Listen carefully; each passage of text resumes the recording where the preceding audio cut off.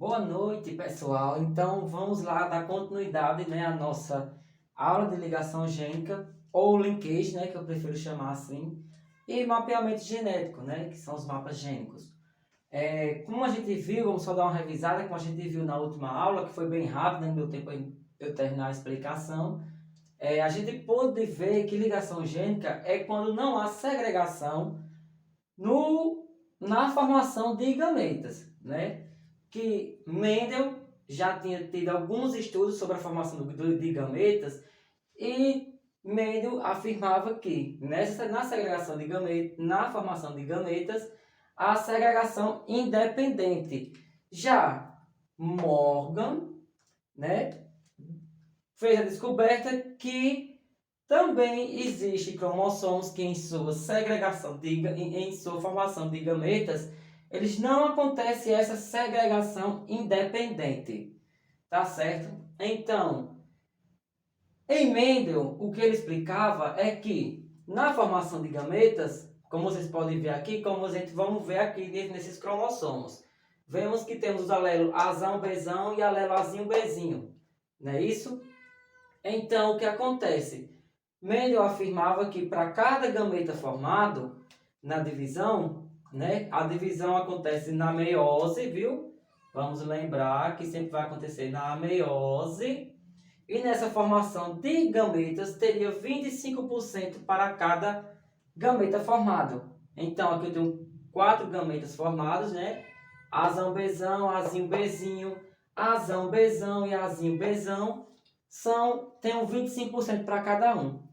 Então, Morgan, né, fez a grande descoberta que nos gametas formados nem linkage é diferente para essa explicação que dava Mendel, tá certo? Em linkages, aqueles não têm uma segregação independente, irão ser de outra forma essa formação de gametas. Como, professor?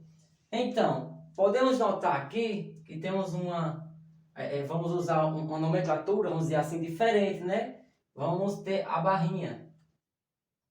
A gente já ficar ciente. Quando vier assim, estamos falando em linkage, tá certo? Em linkage, vamos à explicação bem resumida, mas vamos tentar fazer a melhor forma para vocês entenderem. Em linkage, em um mesmo cromossomo, já vamos ter assim, ó. Como aqui era diferente, nós tínhamos um cromossomo já dividido, né? Vamos lá. Em linkage, vamos ter Azão, Bzão em um cromossomo, tá certo? Isso aqui é um indivíduo heterozigoto, tá certo, gente? Azão, Azinho, Bzão, Bzinho, indivíduo heterozigoto. Nesse outro cromossomo, vamos ter Azinho, Bzinho. Aqui nós temos um lado o alelo dominante e desse lado o alelo recessivo. Em vermelho, aqui eu destaquei em vermelho o alelo recessivo, tá certo? E aqui eu destaquei o alelo dominante. Na formação desses gametas, irá acontecer, tá aqui também na meiose, viu, gente? Só quando esses cromossomos eles vão se duplicar, como vocês podem ver aqui, ó, eles vão duplicar, tá certo? Vejam que essa parte assim, daqui de cima, dessa hélice, onde está dessa cromátide, aqui, onde está o alelo A, o azão, né? Onde está o alelo azão, ele vai se duplicar. Vejam aqui embaixo, vai ficar azão, azão, tá certo? A mesma forma acontece com essa outra cromátide aqui no cromossomo Azinho, que ele vai se duplicar, tá certo? Vai se duplicar, vai ficar Azinho, Azinho. Estão entendendo por enquanto? Só que nessa divisão, na meiose, acontece um evento na intérfase, viu? Anote aí, na intérfase, que vai ser uma coisa chamada crossing over. Então, nesse crossing over, quando houver a duplicação do cromossomo, que ele vai se duplicar, o cromossomo ele pode acontecer que ele haja uma recombinação, ou seja, ele troca pedaços de um cromossomo com o outro, então ele vai trocar informações.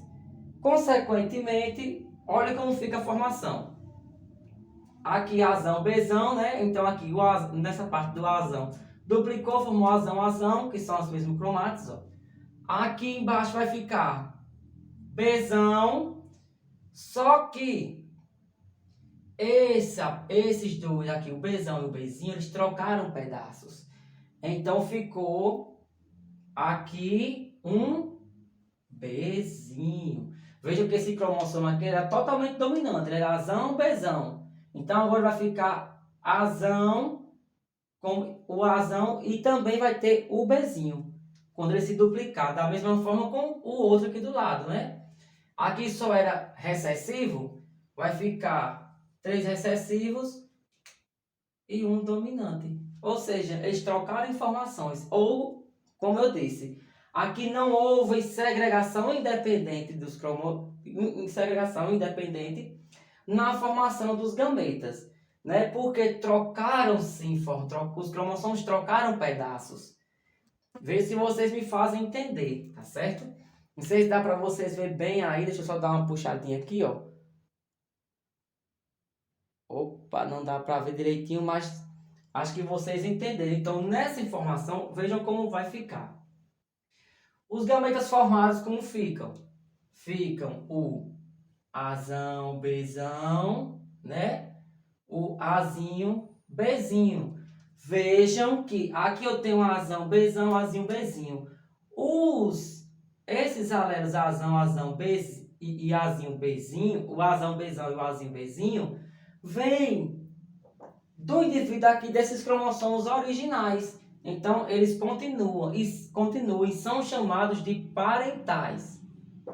Tá certo? Esses cromossomos esses gametas são os gametas parentais. Mas também houve a formação de outros gametas, que são o azão Bzinho, tá vendo? O azão Bzinho e o azinho Bzão, que são os gametas recombinantes. Outra informação, né? Deixa eu só puxar aqui para vocês verem, ó. Outra informação bem importante: os gametas parentais sempre serão maior do que 50%. Já os gametas recombinantes, que foram que se recombinaram nessa duplicação no cromossomo, serão sempre menor que 50%. Tá certo? Outra coisa, gente, deixa eu só dar uma apagadinha aqui, né? Outra coisa muito importante de se explicar a vocês, né? Que na linkagem, deixa eu pegar aqui dois exemplos. Vamos dizer que eu tenho aqui cromossomo tal, né? Eu vou colocar aqui que divide. Vamos lá. Eu tenho aqui, vamos dizer, azão, Bzão, azinho, Bzinho. Ok. E tenho também outro exemplo aqui. Aqui. Ver se dá para vocês verem. Tá certo? Veja que está mais em cima. Eu vou ficar aqui azão, azinho. E aqui nessa parte aqui é o Bzão e o Bzinho. Onde está localizado esse alelo aqui, gente, eu chamo de lóculos gênicos, tá certo? Então, está aqui os meus lóculos gênicos. O que acontece? Vamos dizer que esses cromossomos vão se duplicar, né? Vamos dizer que nesse indivíduo aqui, aconteceu aqui, né? Houve a duplicação e o crossover houve aqui. Mas o que irá mudar na formação dos seus gametas? Nada. Nada. Se ele se duplicasse e tivesse acontecido essa recombinação aqui, ou aqui, ou aqui, aí sim nós teríamos aí uma linkagem, né? Porque aqui iriam trocar informações, tá certo? Iam trocar alelos. Nesse caso aqui, ele tem todo esse espaço para ele trocar essa informação. Então, se ele troca informações nesse espaço aqui, entre os alelos, então sim, a gente vamos ter muitas informações aí para estudar. Ou seja, o número de recombinação, o número não, quanto maior a distância, né? Quanto maior a distância entre os alelos, mais chances eu tenho de acontecer o crossing over. Mais chances eu tenho de acontecer um crossing over. Essas recombinações que acontecem no cromossomo, tá certo? É onde eu posso identificar a distância entre um alelo e outro. Então vamos dizer que eu tenho aqui eu tenho um cromossomo, né? E vejo que ele tem 1, 2, 3, 4, 5. 5 recombinações gênicas. Então eu tenho 5% de gametas recombinantes. Os outros 95% serão os gametas parentais. Lembre que eu disse que sempre os parentais irão ser maior que os gametas recombinantes. Então, assim, o número de recombinantes também é o número de distância dos alelos. Então, a minha distância de AB é igual a 5. Tá certo? O número de recombinações, né, acontecidas entre esses alelos é igual à distância entre os alelos. Entenderam? Então, se eu tenho 5% de recombinações, eu tenho 5 de distância. Tá certo, gente? Ainda temos mais um evento. Vamos explicar também que existe, né, indivíduos com algumas características específicas, né? Então vamos lá. Eu tenho aqui um indivíduo, deixa eu desenhar aqui, se vocês entendem meu desenho. Deixa eu aumentar mais esse desenho aqui, quero ser bem rápido, né? Vou aumentar mais para vocês verem melhor, né? Vamos dizer que eu tenho aqui um indivíduo, né? Aqui, Esse desenho ficou legal. Vamos dizer que aqui eu tenho um indivíduo com Azão, Bzão, alelos dominantes de um lado. Opa, licença, deixa eu só ajeitar aqui, olha. Alelos dominantes de um lado, tá certo? E alelos recessivos do outro, Azinho, Bzinho.